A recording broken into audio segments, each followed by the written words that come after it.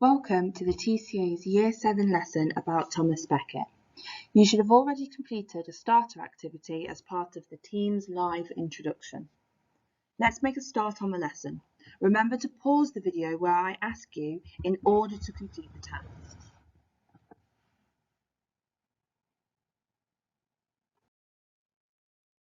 Last lesson, we looked at the key points in our murder mystery. We know that King Henry II and Thomas Becket had a close friendship, and that Becket was the king's right-hand man. King Henry was having trouble with the church. Henry felt that the church was becoming too powerful, and he wanted to control it. To help him do this, King Henry made Becket Archbishop of Canterbury, which is the most important bishop in the whole of England. To help him control the church, Becket was in this position to help Henry bring them under control. This lesson, we are going to focus on the role that the church played in Becket's murder. Please draw this table in your books. Leave plenty of room in each box to write some notes. Your title for the box is Murder at Canterbury Cathedral. The subsections that you need to have room to write notes in are: what was the relationship between Henry and Becket like? Why did Henry and Becket fall out? What happened just before/during the murder? Pause the video here so that you can have time to write the table into your books.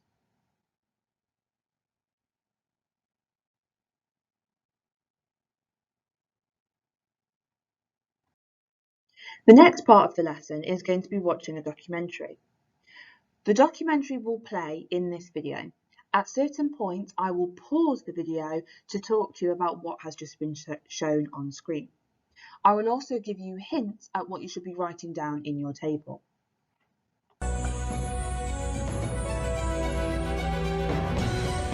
Hundreds of years before the Industrial Revolution, all the ingenuity of humankind was devoted to the building, not of machines, but of monuments.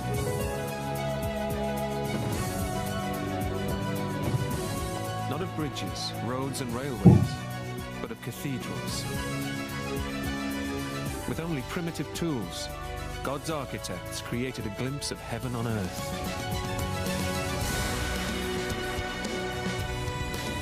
This is the story of the faith they carved in stone, and the events that shook them to their foundations.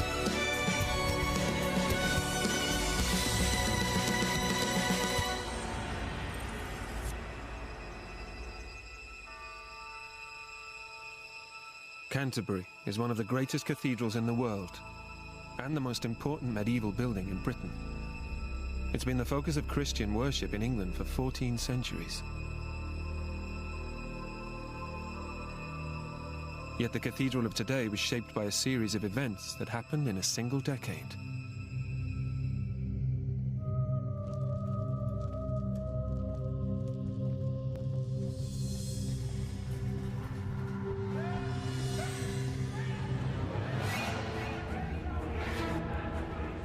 The most infamous murder of the Middle Ages. A devastating fire.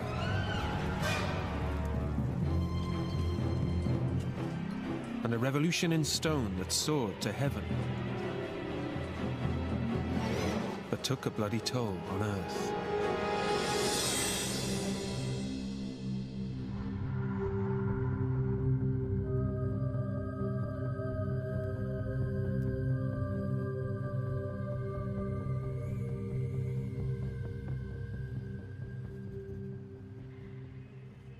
The defining moment in the history of Canterbury Cathedral was December 29th, 1170.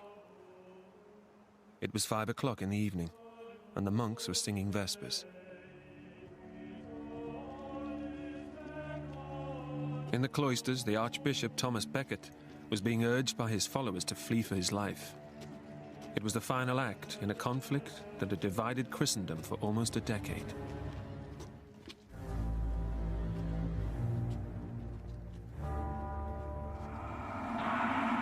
Thomas Becket was one of the great men of the Middle Ages, a man whose physical presence matched his political prestige. Becket was a very tall man, at least 6 foot or slightly taller, And if you imagine this is at a time when most men were probably about 5 foot, he would have been quite an astonishing man to see, very impressive in every way. He was tall and he had an aquiline nose and sharp, piercing eyes. He's the sort of man who would have stood out in any company.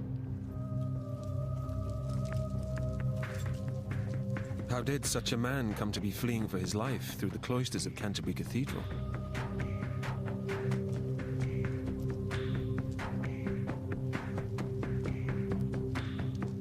He had been the Chancellor, the right-hand man of King Henry II, and his friend.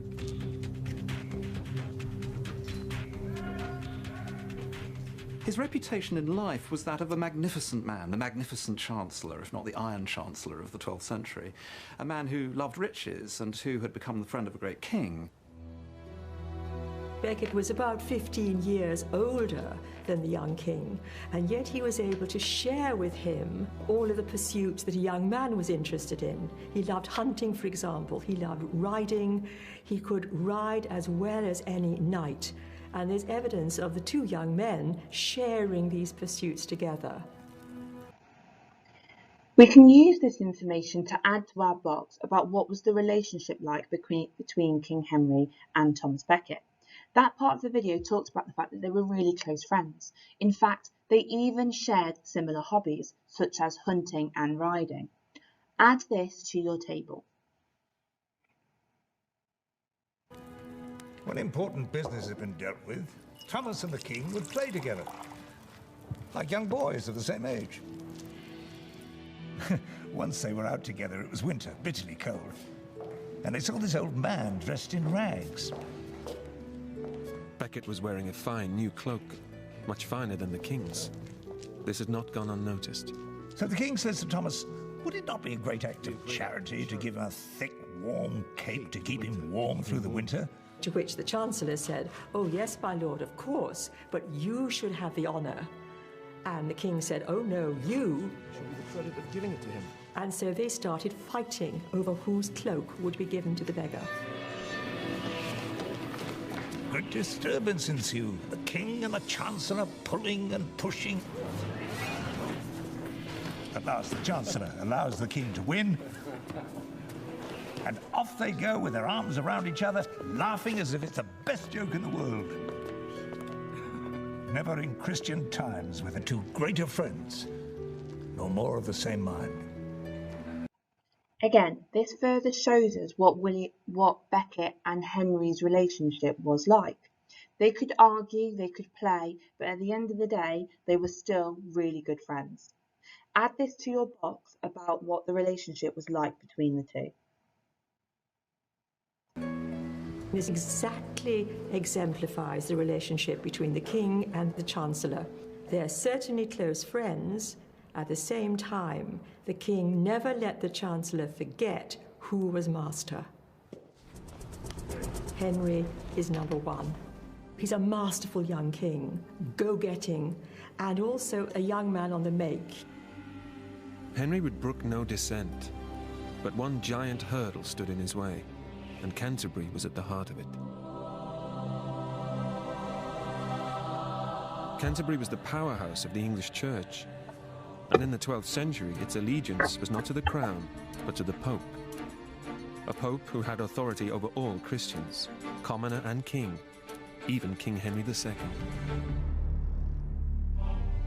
For Henry, there was a problem.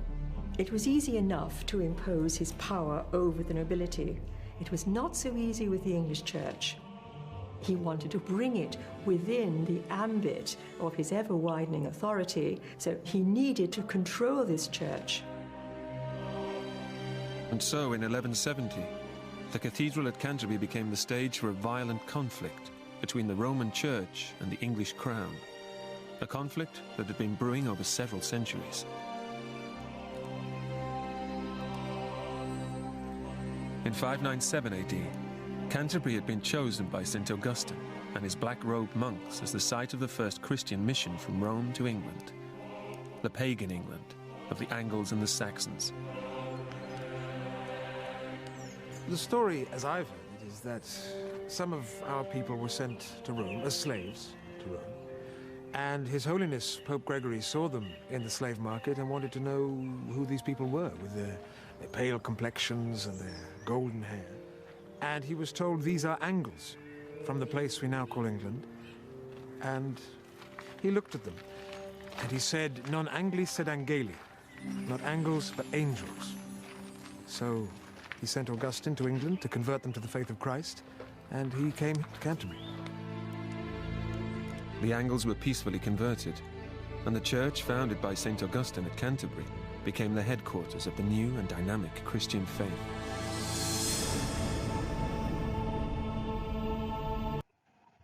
In your second box, why did Henry and Becket fall out?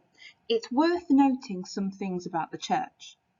The church was one of the most powerful roles in England. In fact, it was so powerful that the king was a little bit worried about this. Because back in the medieval times, the church did not listen or follow the king's rules. The church only listened and followed the rules of the Pope. It's worth noting this down.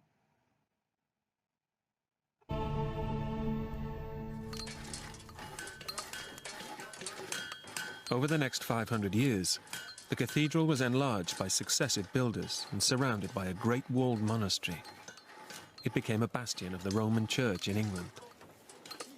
And its archbishop was the second most important man in the kingdom after the king himself, the man who stamped the king's rule with the authority of God. The king wore the crown, but it was the Archbishop of Canterbury who crowned him, who acted as his spiritual father and could bless or blight his reign with the might of the Catholic Church. And so Henry II came up with what seemed a remarkably good idea. He would make his friend Thomas Becket the next Archbishop of Canterbury.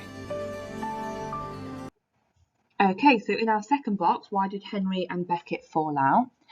It might be worth putting down the fact that in order to control the church, Henry decided to put his good friend Thomas Becket in charge of the English church.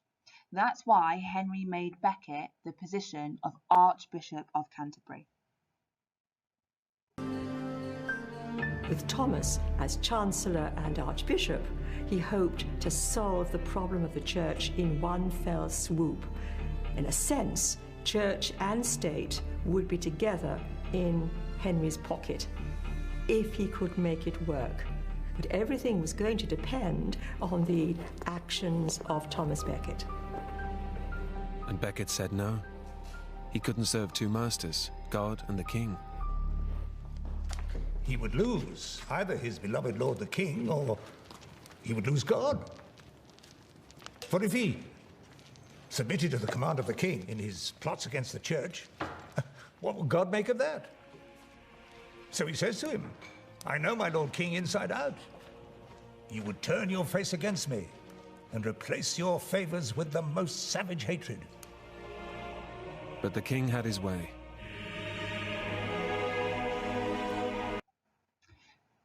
So Thomas Becket was initially worried about being Archbishop of Canterbury because he was a religious man and he was worried that his allegiance would be split between God and the king. Becket was crowned Archbishop of Canterbury and made his choice. He made it very clear to Henry that he could serve only one master, and that master was God. The new archbishop rejected the king's plans to bring the church to heel. Instead, he stood up for church rights, or freedoms as he saw them. Becket became the symbol, the icon of a much more general, universal struggle. The church was gaining in power in the 12th century. The crown, secular power, was gaining in power at the same time. And inevitably, the two would conflict. And Becket became the point of conflict. King Henry called Becket to account. The archbishop must obey his commands or face exile and ruin. Becket was unmoved. Now that Thomas Becket is Archbishop of Canterbury, King Henry thought that he was going to follow his rule. However, Thomas Becket decided to go with the bishops. He took their side. This is why Henry and Becket fell out, because they couldn't come to an agreement about what to do with the church. Henry wanted to control the church, whilst Becket wanted the church to be separate and away from the king's rule.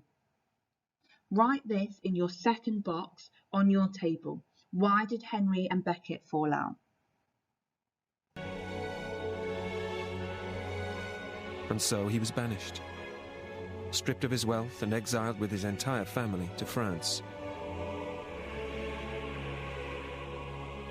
Benedict of Canterbury, one of the great builder monks of the age, paid tribute to his endurance. For 6 years he was exiled, but despite the pressures that were brought to bear, he would not submit. He was like a stone, hammered and shaped into the walls of a cathedral. The more he was pushed, the firmer the more steadfast did he prove.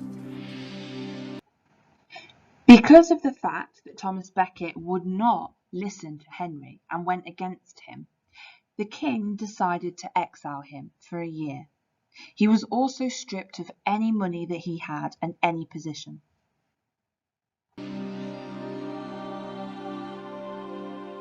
The Christian world was divided by the conflict.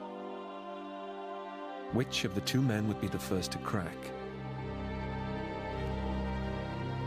Under pressure from the Pope, the king backed down.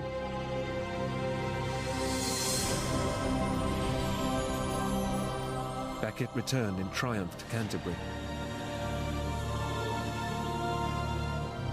and promptly sacked 3 bishops who'd taken the king's side.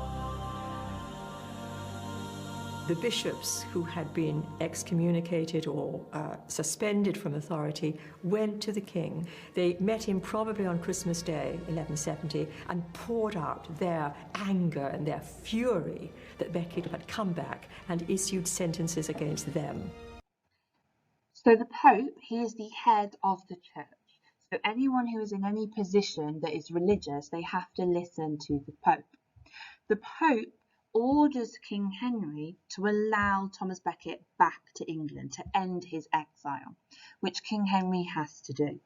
So Thomas Becket arrives back in England, and then he decides that he is going to sack 3 bishops who were following the king rather than following God, following the church.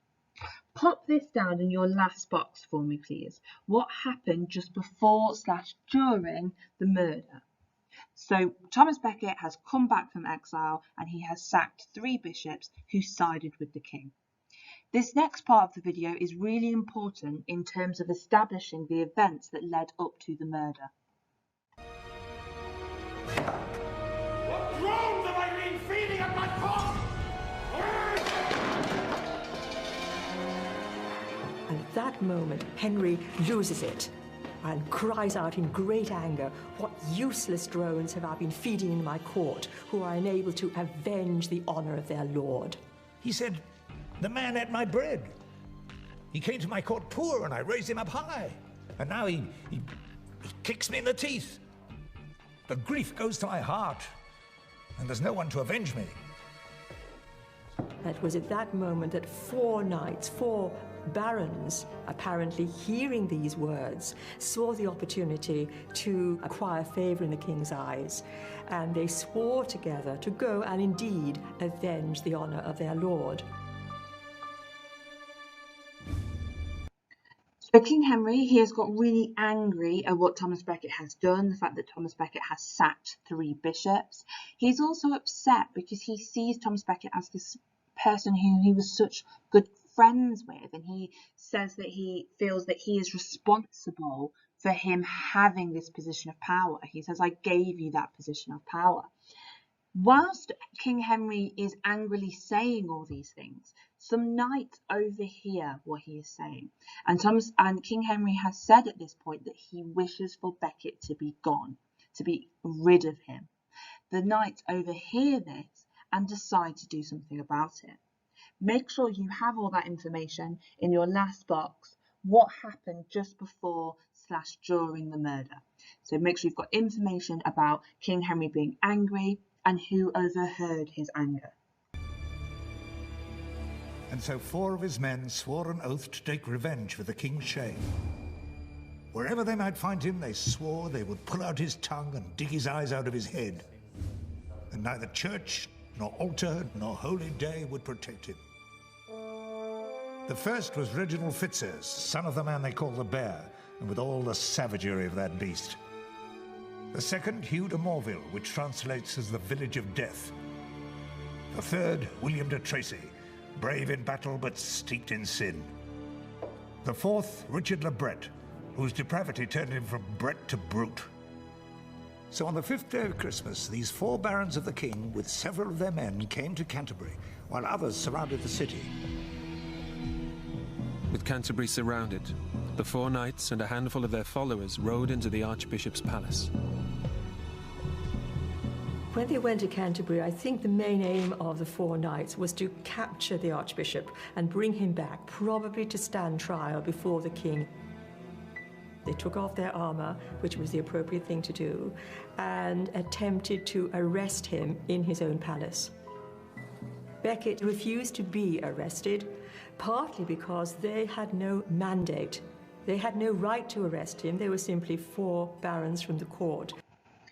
So the knights ride to Canterbury Cathedral, and they first try to talk to Thomas Becket to try and arrest him. However, Becket says that they have no power here, they have no authority here, so he does not allow them to do this. Without a command from the king. So they withdrew from the presence of the Archbishop, went out into the courtyard and put on their armor.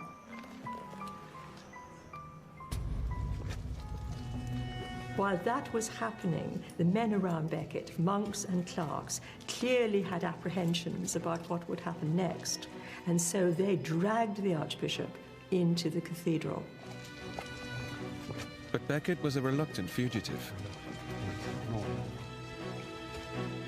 There are a number of eyewitness accounts from the monks who were with Becket at the time.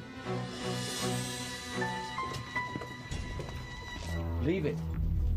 Leave it. They went to bolt the door of the church, but the Archbishop turned to them and said, "It is not right to turn the house of prayer into a fortress." It's defense enough without that. And then he said, "We will triumph over the enemy, not by fighting, but by suffering, for we have come to suffer, not to resist." He asked his attendants of what they were afraid. And when the clerks began to fall into disorder, he said to them, "Depart, you cowards. Let these blind madmen go on in their career. We charge you in virtue of your obedience not to lock the door." As in so much of Becket's life, there's conflict and contradiction. On the one hand, he wanted to be the good and great Archbishop. On the other, he was a man frightened. So Becket's followers are trying to get him to leave. However, he doesn't think he should. He thinks he should hold his ground and talk to the knights.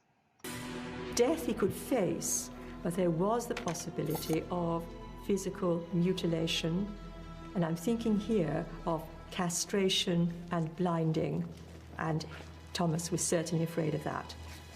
So as he partly fled and was partly pulled into the cathedral, these conflicting ideas are in his mind. One, stand and defy; the other, possibly flee in case something worse than death will befall you. And he chose to stand and defy.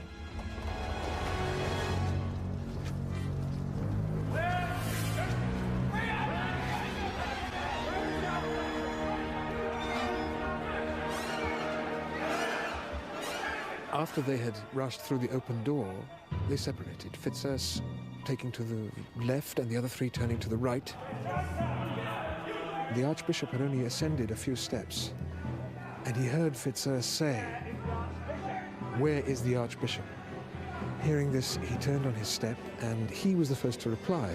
"Well, here I am." He said, "Why do you come before me now with weapons in your hands?" And Fitzurse declared, "You shall soon find out. Are you not that notorious traitor?" "I'm no traitor, just a priest of God. What do you want with me?" "I am no traitor, and I will not come with you." He turned to his left under a pillar with the Virgin Mary, statue of the Virgin Mary on his one side, and and the altar of St. Benedict on the other. He was... And then they were all around him, shouting. Satisfaction! Satisfaction! I've had no satisfaction, and I will absolve no man until I have had satisfaction. So here, what the video is showing us is Becket is trying to stand up to the knights. He refused to leave, he refused to flee. He tried to stand up to them. And this is what happened. You will die and be buried! I'm ready. Come on. Do it. Come on, do it! But you will not lay a hand on... He said to them, I forbid you to touch any one of my followers. But he said, as for me, I willingly embrace death. One of them, I don't know which, struck off his cap. He hit him in the back, between the shoulder blades with the flat of his sword, and said, "Run, run, you're dead, you're a dead man." But he wouldn't run. And he was holding on to the pillar and they were shouting, "Then you'll die and get what you deserve." I'm your archbishop, God's anointed. You did everything, you were nothing, you bastard! The archbishop called him a pimp because, I mean, Fitzurse was the procurer of women, loose women for the court. But the archbishop pushed him away. He picked one of them up by the tunic, picked him up with one hand and shook him and flung him to the ground. This was de Tracy, I think. It was Fitzurse, the bear, the one they called the bear. They were all wearing helmets, so all you could see was their eyes. Then the knight he'd called a pimp aimed a great blow to the archbishop's head. And there was a monk. He put his arm up to ward off the blow. And he cut halfway through my arm. I felt it cut into the bone. It just went through and I fell back. And the archbishop is still holding onto the pillar, but there's a great wound in his head here. The sword must have glanced off my arm and into his face. And there's blood running down his face, down the side of his face. Then they hit him again, a second blow. He's still holding onto the pillar. But at the third blow, he goes down on his hands and knees onto the ground. And as he lay there, another one strikes him, a fourth blow. It was so hard, so much. The sword shears straight through the crown of his head. To do then is, in your books, can you explain how powerful do you think the church was? If you think it was really powerful, you're going to say it was really powerful and important. If you think it was important to some people but not to others, can you say that it was really important to some and not to others? And if you don't think it was that important, you're going to say that it was not that important to medieval people. You are going to write a sentence first in your books for how powerful was the church. So write a couple of sentences on your opinion, how powerful do you think the church was? Then you are going to be asked to answer that question in the Q&A box in your live lesson. So you have a couple of minutes to finish this off, and then you will be going back to your live lesson.